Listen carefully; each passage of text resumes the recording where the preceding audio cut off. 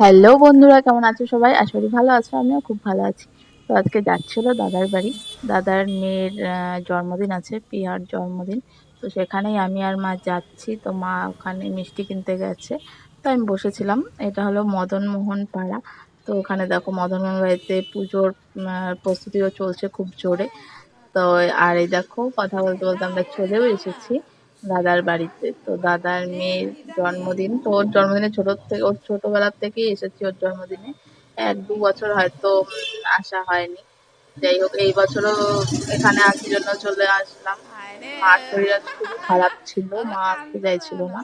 তো যাই হোক, তাও মা আমার জন্যই আসলো। দুজনে মিলেই চলে এসেছি। আমার বাবা তো কোথাও যায় না। তো উনি বাড়িতেই আছেন। বা আমরা দুজন চলে এসেছি বার্থডেতে।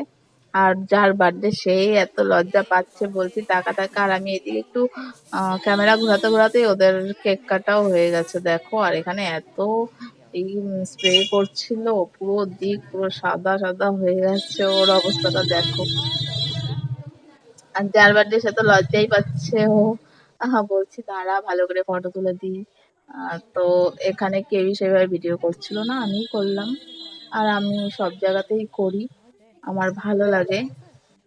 মা খাইয়ে দিচ্ছে ওকে কেক। আর এইসব আনন্দের মুহূর্তগুলো ক্যামেরাবন্দি করে রাখতে খুবই ভালো লাগে আমার। তার জন্য আমি কিন্তু ভিডিও বা ফটো তুলে রাখি। আমার এইসব করতে খুবই ভালো লাগে। হয়তো অনেকের এগুলো পছন্দ নয়, তারা করে না। কিন্তু আমার ভালো লাগে তাই আমি করি। এগুলোই পরে স্মৃতি হিসেবে কিন্তু দেখা যায়। তখন কিন্তু তাদের দেখে খুব ভালো লাগে। কিন্তু যখন করা হয় তখন অনেকেই মানে উম খারাপ চোখেই দেখে, যাই বলো।